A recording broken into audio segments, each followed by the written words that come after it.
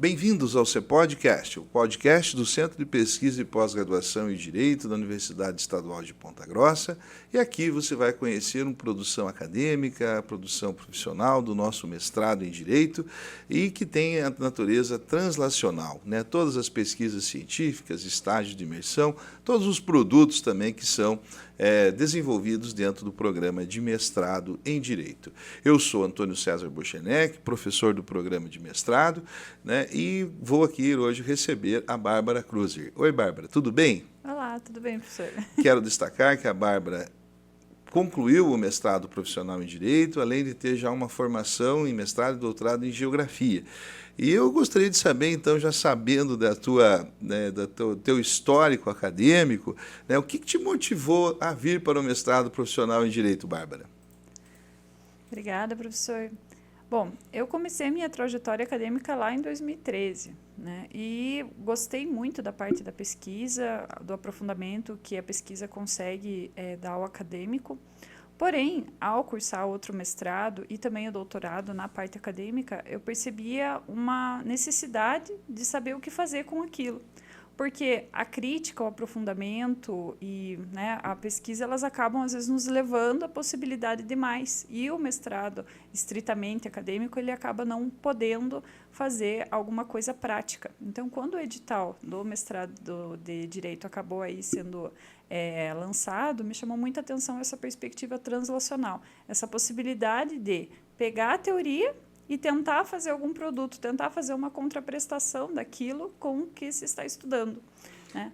Legal. Não, excelente, Bárbara. Desculpe te interromper, mas eu fiquei muito curioso para saber de você, quando você viu o edital, viu essa perspectiva translacional, como você falou. Você conseguiu de imediato compreender a questão translacional, no desenvolver do curso, o que te facilitou, o que você diria para quem está nos assistindo e procura o mestrado profissional, né, dizer do profissional, do translacional, teoria e prática? Então, na verdade, meu doutorado foi em Ciências Sociais, não em Geografia. E lá no meio das minhas pesquisas, eu lembro que eu perguntei para o meu orientador o que eu faria com aquilo. E ele falou assim, olha, na verdade, você não precisa ter uma solução. O doutorado aqui, ele até falou, acredito que nem tenha doutorado profissional, ele é simplesmente para você aprofundar um tema. E aquilo me incomodou. Então, quando eu vi o edital de Direito, eu já imaginava, eu já sabia que um mestrado profissional, ele serviria para ter uma contraprestação daquilo que você está estudando, que você conseguiria desenvolver alguma coisa voltada para a prática. Então, ele é muito diferente. Inclusive, a dissertação no mestrado profissional, ela tende a ser muito mais enxuta, justamente porque você não fica divagando na questão teórica, num aprofundamento teórico, mas sim, ali você tem que pensar num resultado e numa questão prática, como que você vai utilizar aquilo. Então, quando eu vi o edital, me chamou muito a atenção essa questão da possibilidade, principalmente na área do direito, fazer alguma coisa prática. E eu tentei, em um primeiro momento, pensei em uma outra pesquisa, mas com as aulas, com o conhecimento de outros professores, né, outras perspectivas, eu acabei pensando, inclusive na vivência que eu acabei tendo, acabei pensando em uma outra pesquisa, não a que eu tinha inicialmente. Legal. Então, bacana. Eu acho que foi bem importante essa tua colocação inicial, principalmente para aqueles que procuram mestrado profissional, vindo de uma formação acadêmica tradicional, como nós temos de praxe, é saber um pouquinho da profissional, transacional, teoria e prática, e principalmente você poder utilizar aquilo que você estudou, né, em colocar em prática que funcione, que dê um resultado. Então, para que as pessoas possam entender um pouco melhor, vamos lá, eu queria saber qual foi o tema de pesquisa que você desenvolveu e por que você escolheu esse tema, para que as pessoas possam entender na prática, então, o que foi o teu mestrado profissional translacional. Joia. Então, professor, eu estava no mestrado, tendo outras disciplinas e também participando de comissões da advocacia, no caso, a comissão do agronegócio. E lá eu percebi uma insatisfação dos advogados, né, falando em nome dos produtores, da necessidade, de repente, de algum produto que pudesse agregar valor à questão do produto que eles vendiam. E conversando com o meu orientador, eu perguntei para ele, olha, professor, o que você acha, de repente, da gente pensar em um modelo prático voltado para essa carência da necessidade de agregar valor, de repente, num modelo de certificação ambiental. E ele achou muito interessante, ele foi lá e traçou os caminhos, de repente, que a gente poderia pensar em um produto voltado para a área rural. Então, a minha pesquisa, ela se baseou justamente nesse contato que eu tive nas comissões da OAB, né? E, a partir de lá, em reunião também com produtores rurais, com network, que o próprio mestrado também possibilitou, acabei conseguindo delimitar um produto voltado justamente para essa carência local e em diretrizes também internacionais, que seria do ESG, voltado aí para a parte do ambiental, da governança e do social. Legal, seria uma certificação ambiental, né? Eu queria destacar também que você teve toda uma trajetória acadêmica estudando direito ambiental, escrevendo artigos de direito ambiental, que te possibilitou, né, fazer esse diálogo, esse vai e vem da teoria e da prática, da própria profissão, das comissões. Isso foi bem importante. Você reputa que isso, esse jogo, né, teoria e prática, que é o transnacional, foi importante no desenvolvimento da tua pesquisa? Sim, com certeza.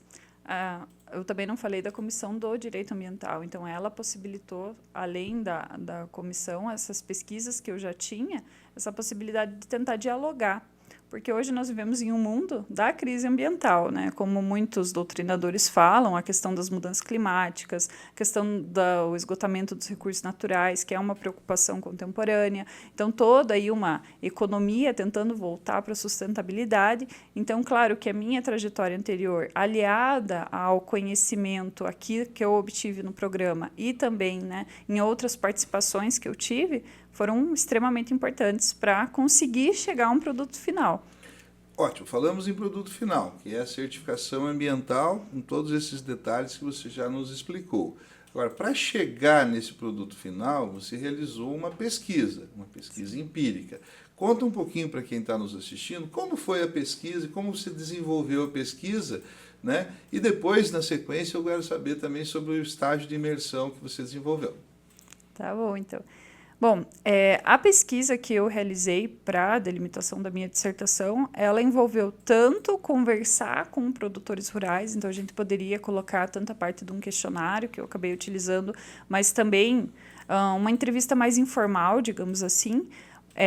Também utilizei o método de poder documentalmente, né, delimitar ali algumas questões de uma forma mais aprofundada. Eu esqueci o nome da metodologia.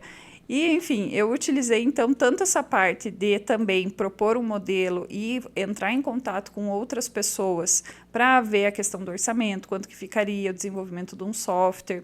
Também utilizei, né, todo o apoio de uma associação, porque para propor um modelo no INPE, né, de certificação, precisaria, então, também ser vinculada a alguma associação, no caso de credibilidade, com pessoas que iriam fazer essa certificação de forma sem intenção no produto, né? Então, eu fazia parte e faço parte da APAC, que é a Associação de Preservação do Patrimônio Cultural e Natural de Ponta Grossa, e conversando também em reuniões da APAC, foi muito possível a gente perceber o potencial de Ponta Grossa e também da nossa associação em, de repente, fazer esse tipo de certificação. Então, na época, eu fazia parte da diretoria e a proposta de uma certificação para a APAC poder fazer, né, esse chancelamento, digamos assim, ela foi muito bem-vinda. Então, consegui conciliar como que nós faríamos isso perante o INPE, como que nós montaríamos essa certificadora. Além disso, o contato com os produtores rurais também ajudou bastante. A questão do burilamento, digamos assim, do que eu consegui analisar tanto no estágio de imersão, que a gente já vai falar, mas também com referências bibliográficas.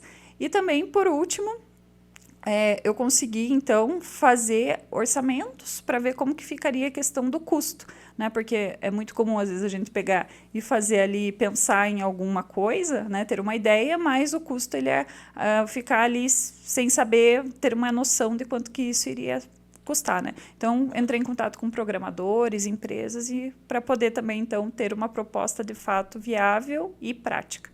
Excelente. 2 pontos que eu queria destacar é justamente o mestrado profissional possibilita que você, estando no meio, em que você vive, em que você trabalha, verificar os problemas, as situações, né, que se depara e conseguir construir soluções que visam transformar a vida das pessoas, mas transformar também pelo direito aquelas situações que estão sendo colocadas. E você também destacou a utilização de diversas metodologias, né?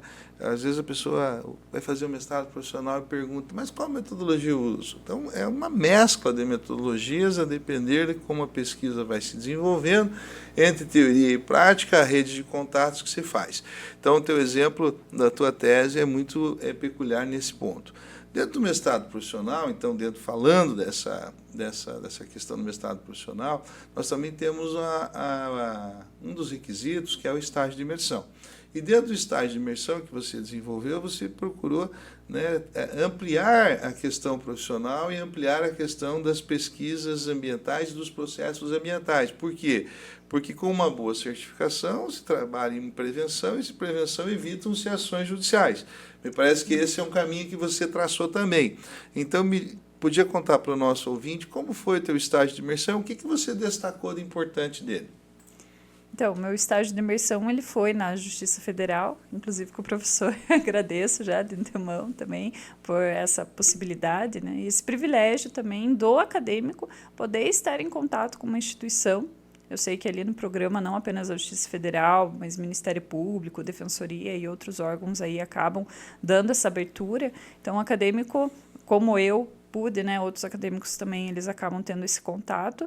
E eu ali tive acesso a processos que envolviam danos ambientais ali de grande complexidade. Então, foi bem interessante para eu poder analisar todos esses processos que envolviam ali a vara, quais que eram, por exemplo, os maiores danos, quais que eram ali os tipos de conduta que acabava tendo ali o produtor ou aquele que causava o dano. Então, ele foi muito pertinente para poder pensar num modelo prático depois de como que isso poderia conversar, né? Analisar o que acontecia aqui localmente na nossa cidade, mas também poder aí pensar num produto que realmente suprisse as necessidades. Excelente. Vamos falar do teu produto. Então, o teu produto é uma certificação ambiental. Conta para o nosso ouvinte como que funciona, qual é a questão relacionada ao produto e como é que você chegou, então, a essa versão final do teu produto apresentado como tese de mestrado aqui profissional em Direito do EPG. A certificação que eu propus, ela, em primeiro momento, ela teve aí suporte, digamos assim, em outras certificações que já existem, tanto na Europa quanto nos Estados Unidos. E também, para pensar em um modelo que realmente estivesse de acordo com outras normativas, então, eu utilizei tanto ISO quanto a BNT. Por exemplo, nós temos uma BNT que é voltada para a questão do ESG e também diretrizes que hoje estão extremamente sendo comentadas, né, estão aí no auge, que seria também do ESG. Então, analisei essas normativas e pensei em um produto de certificação voltado tanto em um modelo de uma forma mais, como que eu posso dizer assim, de software digitalizado, não sei se seria bem essa a palavra, mas também numa equipe que conseguiria fazer essa verificação in loco. Então, a certificação ela seria tanto baseada assim, em modelos que o produtor ele pudesse ter gradualmente melhorias voltadas tanto para a área ambiental quanto para uma área assim, social e de governança, mas também melhorias que visem aí adequações com a legislação. Claro que é muito difícil a gente falar assim, vai conseguir cumprir 100% de tudo que foi proposto na dissertação ali. Mas por isso que também nós pensamos em níveis, né? Então, selos também diferentes, e foi justamente esse selo que a gente percebeu que seria uma dor aqui do produtor rural dos Campos Gerais, que eles têm um produto de muita qualidade, porém, eles gostariam de um selo, alguma coisa, de um reconhecimento melhor. Então, a partir do momento que o produtor ele entra fechando aí, querendo uma certificação, gradualmente ele vai cumprindo requisitos. Tipo num RPG, você vai subindo de nível, né? Então, a partir disso, nós teríamos selos diferentes, inclusive com cores diferentes, para que o produtor, inclusive, estivesse adequado tanto às diretrizes internacionais, mas também voltados para mecanismos de financiamento. Excelente.